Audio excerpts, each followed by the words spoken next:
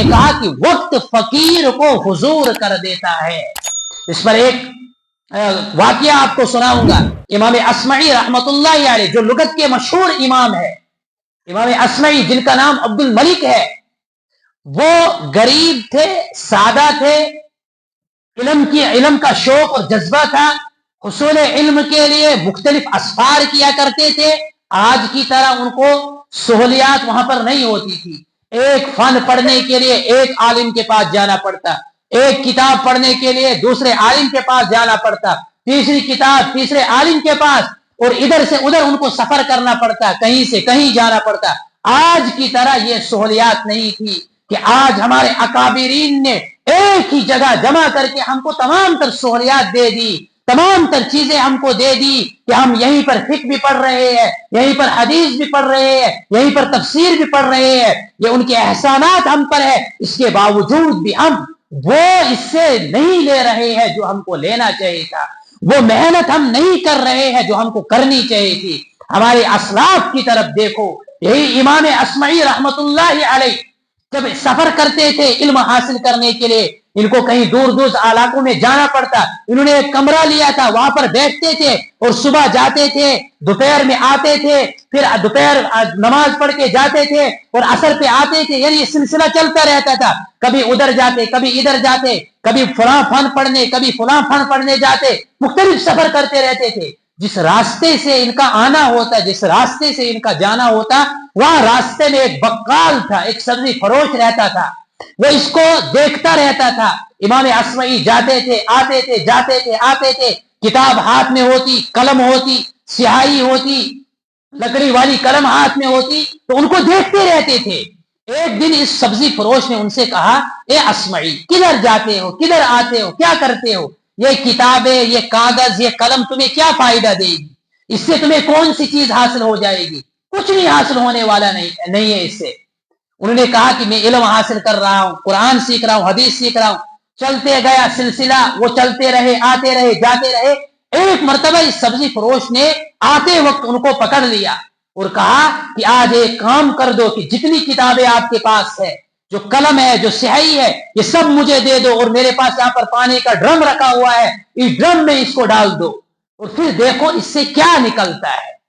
جیسے آج کے زمانے میں ہم کو کوئی انسان کہتا کہ مدرسے میں جا کر پڑھو گے تو کھاؤ گے کیا؟ مدرسے میں پڑھو گے تو سلوار قمیض کے علاوہ تمہیں کچھ نہیں ملے گا، تمہارا لائف سٹائل اتنا بہترین نہیں ہوگا جتنا دنیا داروں کا ہوتا ہے۔ ان کو کیا پتا کہ ہمیں کون سی چیز ملی ہے، ان کو کیا پتا ہمیں کس چیز سے وابستگی ہے، ہمیں کیا چیز ملی ہے۔ امام اصمعی رحمت اللہ علیہ نے جب یہ بات سنی تو ان کے دل پر ایک ضرب سے لگی کہ یہ مجھے کہہ رہا ہے کہ ان کتابوں کو ڈرم میں ڈال اور وہاں سے دیکھ کیا نکلے گا، صحیح نکلے گی۔ یہ جیسے آج ہم کو تانا دیتے ہیں، اس لیے ان تانوں سے ڈرنا نہیں چاہیے۔ لوگ ہم کو تانے دیتے ہیں، ہمیں کم ہمت نہیں ہونا ہے، اپنی ہمتوں کو مضبوط کرنا ہے، اپنے ارادوں کو بلند کرنا ہے، ہم نے بلندیوں پر جانے کا ارادہ کرنا ہے، ہم ان تانوں سے پست نہیں ہونا چاہیے ہم کو۔ تو امام اصمعی رحمت اللہ علیہ نے کہا کہ میں آتا رہتا ہوں، جاتا رہتا ہوں، روزانہ اس سبزی فروش کے تانے مجھے سننا پڑتے ہیں۔ اب ہم جیسا کوئی ہوتا ہم کیا کرتے؟ ہم کہتے یار میں نہیں جاؤں گا مدرسے، میں نہیں پڑھوں گا، یہ تانے مارتے ہیں، یہ کہتا ہے مجھے، وہ فلاں آدمی کہتا ہے مدرسے میں جا کر کیا پڑھے گا، حدیث پڑھے گا، قرآن پڑھے گا، ادھر آ جا سکول میں انگریزی پڑھ لے، سائنس پڑھ لے، میتھ پڑھ لے، یہ فلاں ڈگری کر لے، ڈاکٹر بن لے، یہ بن لے۔ تو ہمیں بھی اس طریقے سے اگر کوئی کہتا تو ہم سکول چلے جاتے، لیکن امام اصمعی رحمت اللہ علیہ نے ایسا کچھ نہیں کیا، بلکہ انہوں نے اپنے آنے جانے کا وقت ہی بدل دیا۔ وہ کام کیا کرنے لگے، وہ فجر سے پہلے اپنے گھر سے نکلنے لگے، جو ان کا کمرہ تھا، اس وقت وہ سبزی فروش ہوتا نہیں تھا وہاں پہ، اور دن بھر وہیں پر رہنے لگے، کبھی ادھر کبھی ادھر، گھر واپس آنے ہی نہیں لگے، اور شام عشاء بعد دیر رات سے اپنے گھر آتے اور آرام کرتے، صبح پھر جاتے، اور وہ وہاں اس کو ملتا ہی نہیں۔ اس طریقے سے وہ ان تانوں سے بچا۔ اور پھر ایک وقت آیا کہ وقت فقیر کو حضور کر دیتا ہے، جب امام اصمعی جو عبد الملک تھے پھر وہ امام اصمعی کے نام سے مشہور ہوئے، کہ جب ہارون رشید کا زمانہ تھا، ہارون رشید بغداد میں رہتا تھا، ہارون رشید نے سوچا کہ میرے جو بچے ہیں، کیونکہ بادشاہ کے بچے تھے، وہ اس قابل ہونے چاہیے کہ جو ممبر پر چڑھ کر جمعے کے دن تقریر کر سکے، لوگوں کو واضح نصیحت کر سکے، تو انہوں نے سوچا کہ میں اپنے بچوں کو پڑھانے کے لیے ایک معلم ڈھونڈوں، اس کو تلاش کروں جو ان کو اچھی تربیت کرے۔ تو لوگوں سے پوچھا، لوگوں نے کہا کہ بہت سارے ہیں، لیکن ایک آدمی ہے جس کا نام اسمعی ہے، اس نے جہاں بہت سارے فنون حاصل کیے ہیں وہی انہوں نے ادب میں مہارت حاصل کی ہے۔ جو لغت کی کتابیں ہم پڑھتے ہیں نا، یہ انہی سے ہم تک پہنچی ہے، انہوں نے ادب میں بڑی مہارت حاصل کی ہے۔ چنانچہ اس نے ہارون رشید نے اپنے وزراء کو بھیجا کہ جاؤ تلاش کر کے لاؤ کوئی معلم اگر ملتا، خصوصاً اگر امام اسمعی کہیں پر ملیں گے، اس وقت ان کا نام عبد الملک تھا، اگر وہ آپ کو کہیں پر ملیں گے تو اس کو لے کر آنا۔ چنانچہ وزیر گئے، تلاش کرتے رہے، کرتے کرتے ان کو ملاقات ہو گئی عبد الملک سے، امام اسمعی سے۔ انہوں نے پورا واقعہ سنایا کہ بادشاہ چاہتا ہے کہ آپ آ کر وہاں پر ان کے بچوں کو تعلیم دو، ان کو تربیت دو، ان کو پڑھاؤ اور سکھلاؤ۔ انہوں نے کہا کہ آپ تو میری حالت دیکھتے ہی ہو، پھٹے پرانے کپڑے ہیں، جو میرے پاس جائیداد تھی وہ میں نے سب کچھ لٹا دی علم حاصل کرنے کے پیچھے۔ میں قرآن پڑھتا، تفسیر پڑھتا، فقہ پڑھتا، اس کے پیچھے جتنی جائیداد ہے سب کچھ لٹا دیا۔ نہ میرا سر کسی چیز سے ڈھکا ہوا ہے، نہ میرے جسم پر کوئی کپڑا ہے، یہ میں پھٹے پرانے کپڑے لگا کر کیسے بادشاہ کے دربار میں جاؤں گا؟ وہ بادشاہ جہاں وزراء ہوں گے، ان کو اعلیٰ کوالٹی کے کپڑے ہوں گے، ان کے پاس اعلیٰ قسم کی چیزیں ہوں گے، میں کیسے جا سکتا ہوں؟ وزیر نے کہا فکر مت کرو، آپ یہیں پر رہو، میں پیغام لے کر جاتا ہوں بادشاہ کے پاس، اس کو سناتا ہوں۔ وہ وزیر گیا، ہارون رشید کو بتلایا کہ ایسی طریقے سے ماجرا ہے۔ ہارون رشید نے 1000 درہم دیے اور کہا کہ جاؤ اس کو کہو کہ اپنے کپڑا بھی لے لے، کھانے پینے کی چیزیں بھی لے لے، امامہ بھی لے لے، جو جو چیزیں اس کو ضرورت ہے لے لے، مگر میرے دربار میں میرے بچوں کو پڑھانے کے لیے آئے۔ انہوں نے لیا 1000 درہم، اس سے کپڑا لیا، جو ضروریات کی چیزیں تھی، پھر وزراء کے ساتھ چل دیے محل کی طرف۔ جب چلے محل کی طرف تو ہارون رشید نے 2 بیٹے ان کے حوالے کیے، ان کو پڑھانے کی ذمہ داری دی۔ 7 سال تک پڑھاتے رہے، ان کو ادب سکھلاتے رہے، ان کو قرآن و حدیث سکھلاتے رہے۔ 7 سال کے بعد ہارون رشید نے پوچھا کہ یہ بچے اس قابل ہوئے ہیں کہ یہ جمعہ کے دن خطبہ دے سکے، یہ لوگوں کے سامنے تقریر اور واز کر سکے؟ امام اسمعی نے کہا کہ بالکل یہ اس قابل ہو چکے ہیں کہ یہ بیان کر سکیں گے، لوگوں کو واز و نصیحت کر سکیں گے۔ لہذا ہارون رشید نے اپنے بیٹے کو جمعہ کے دن کھڑا کیا۔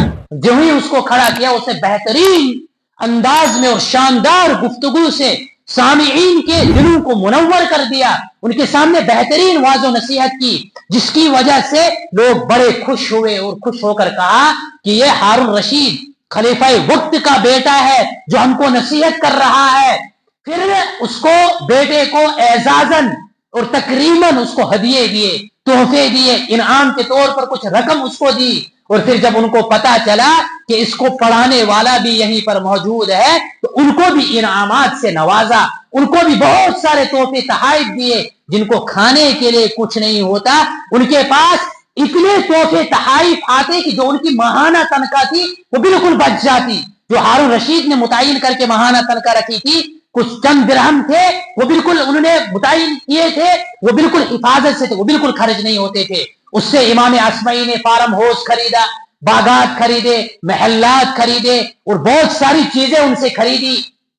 پھر ہارون رشید نے امام اسمعی رحمۃ اللہ علیہ سے پوچھا کہ امام صاحب، آپ کا جو کام تھا وہ تو ہو گیا، لیکن اس کے باوجود اگر آپ چاہتے ہو تو میں آپ کو یہیں پر رکھوں گا، آپ کو خدام بھی ہوں گے، یہاں پر جو ضرورتیں ہوں گی وہ بھی پورا کی جائیں گی، اور آپ کو ماہانہ یہاں پر تنخواہ بھی دی جائے گی، آپ یہاں پر رہو۔ لیکن امام اسمعی نے کہا کہ میں اپنے ہی وطن چلا جاؤں گا۔ پھر ہارون رشید نے کہا کہ ٹھیک، جب آپ کی مرضی ہے تو آپ اپنے وطن چلے جاؤ، اگر آپ کی کوئی خواہش ہے تو مجھے بتلا دو۔ امام اسمعی رحمۃ اللہ علیہ نے کہا میری یہ خواہش ہے کہ آپ بصرہ کے گورنر کو خط لکھو، اور خط میں یہ لکھو کہ وہ گورنر اپنے رعایا کے ساتھ، اس کی جو ماتحت لوگ ہیں ان تمام لوگوں کے ساتھ نکل کر 3 دن پہلے میرا بصرہ میں داخل ہونے سے 3 دن پہلے میرا استقبال کرے۔ ہارون رشید نے کہا کہ ٹھیک ہے، کوئی پریشانی کی بات نہیں۔ انہوں نے قلم اٹھایا، خط لکھا اور بصرہ کے گورنر کو خط بھیج دیا۔ جب اس کو پہنچا تو اس نے اعلان کیا، اور سب لوگ امام اسمعی، کسی کو پتہ نہیں تھا یہ کون شخص ہے، یہ عبد الملک ہے یا کون ہے، کسی کو یہ پتہ نہیں تھا۔ ادھر سے بھی ہارون رشید نے وزرا ساتھ کیے، ادھر سے باڈی گارڈ، ادھر سے باڈی گارڈ، ہٹو بچوں کی شور، گھوڑے سواریاں، طرح طرح کی چیزیں جا رہے ہیں، ادھر سے گورنر استقبال کے لیے آ رہا ہے اور ادھر سے لوگ بھی استقبال کے لیے آ رہے ہیں، اور انہی لوگوں میں وہ سبزی بیچنے والا بھی موجود ہے۔ جب امام اصمعی نے بصرہ کے حدود میں انٹری کی، دیکھا کہ ادھر سے بھی لوگ ادھر سے بھی لوگ، اور سب جی جناب سلوٹ کر رہے ہیں، سلام کر رہے ہیں، آج تک جس کو کوئی پوچھ نہیں رہا تھا آج اسی کو سلام کر رہے ہیں، جی جناب کر رہے ہیں، ادھر ہٹو ادھر ہٹو، حضرت کو کچھ گرد نہیں لگنا چاہیے۔ تو یہ پروٹوکول اس وقت ملا امام اصمعی رحمت اللہ علیہ کو۔ جب وہ جا رہے تھے تو جاتے جاتے اس پگدڑ میں ایک جگہ سے آواز آئی، عبد الملک، اے عبد الملک کدھر جا رہے ہو؟ کیونکہ جو انسان کا ساتھی ہوتا، آپ چاہے کتنا علامت الدہر بنو گے وہ نام سے ہی پکارے گا، فلاں بندہ فلاں فلاں فلاں، کتنے بھی بڑے بن جاؤ گے۔ تو وہ سبزی فروش ان کو جانتے تھے، ان کے ساتھی تھے، انہوں نے ان کو پکارا عبد الملک۔ ان کے کانوں میں جب آواز پڑی، چونکہ نام سے اس وقت کوئی نہیں ان کو پہچانتا تھا، اس وقت ان کو اصمعی کے لقب سے مشہور تھے، وہ اسی سے ان کو پہچانا جاتا تھا اس وقت۔ تو اس نے جب نام سے پکارا تو یہ تعجب میں پڑے، انہوں نے ادھر ادھر دیکھا تو دیکھتے دیکھتے ایک آدمی کو دیکھا، پھٹے پرانے کپڑے لگے ہوئے، گرد سے بھرا ہوا ہے اور مجھے پکار رہا ہے۔ اولاً تو پہچانا نہیں، بعد میں چل کر جب پہچانا تو پوچھا کہ بھائی کون؟ اس نے کہا کہ میں وہی سبزی بیچنے والا آدمی ہوں۔ کہا یہ حالت؟ کہا وقت بدل گیا، وہ وقت نہیں رہا، وہ وقت بدل گیا۔ امام اصمعی نے کہا وقت بدل گیا ہے، مجھ کو فقیر سے حضور کر دیا اور تجھ کو حضور سے فقیر کر دیا۔ وقت کسی کا نہیں، جس نے اس کو قیمتی بنایا وقت اس کا ہے۔ اس وقت پھر اس سبزی فروش نے کہا کہ وقت بدل چکا ہے، میری حالت خستہ ہو چکی ہے، میری حالت خراب ہو چکی ہے، اس لیے آپ ایک کام کریں کہ مجھے بھی اپنے یہاں کسی کام پر رکھ دو، مجھے بھی کوئی نوکری اپنے یہاں دے دو۔ چنانچہ امام اصمعی رحمت اللہ علیہ نے کسی باغ میں ان کو نوکری دے دی کہ وہاں پر جاؤ، وہاں پر یہ کام کرو، آپ کو تنخواہ ملے گی، آپ کا روزگار بھی چلے گا۔ یہ وقت ہے کہ وقت فقیر کو حضور کر دیتا ہے۔ جس انسان نے وقت کی قدر کی تو اس انسان نے کامیابیوں کو چوم لیا۔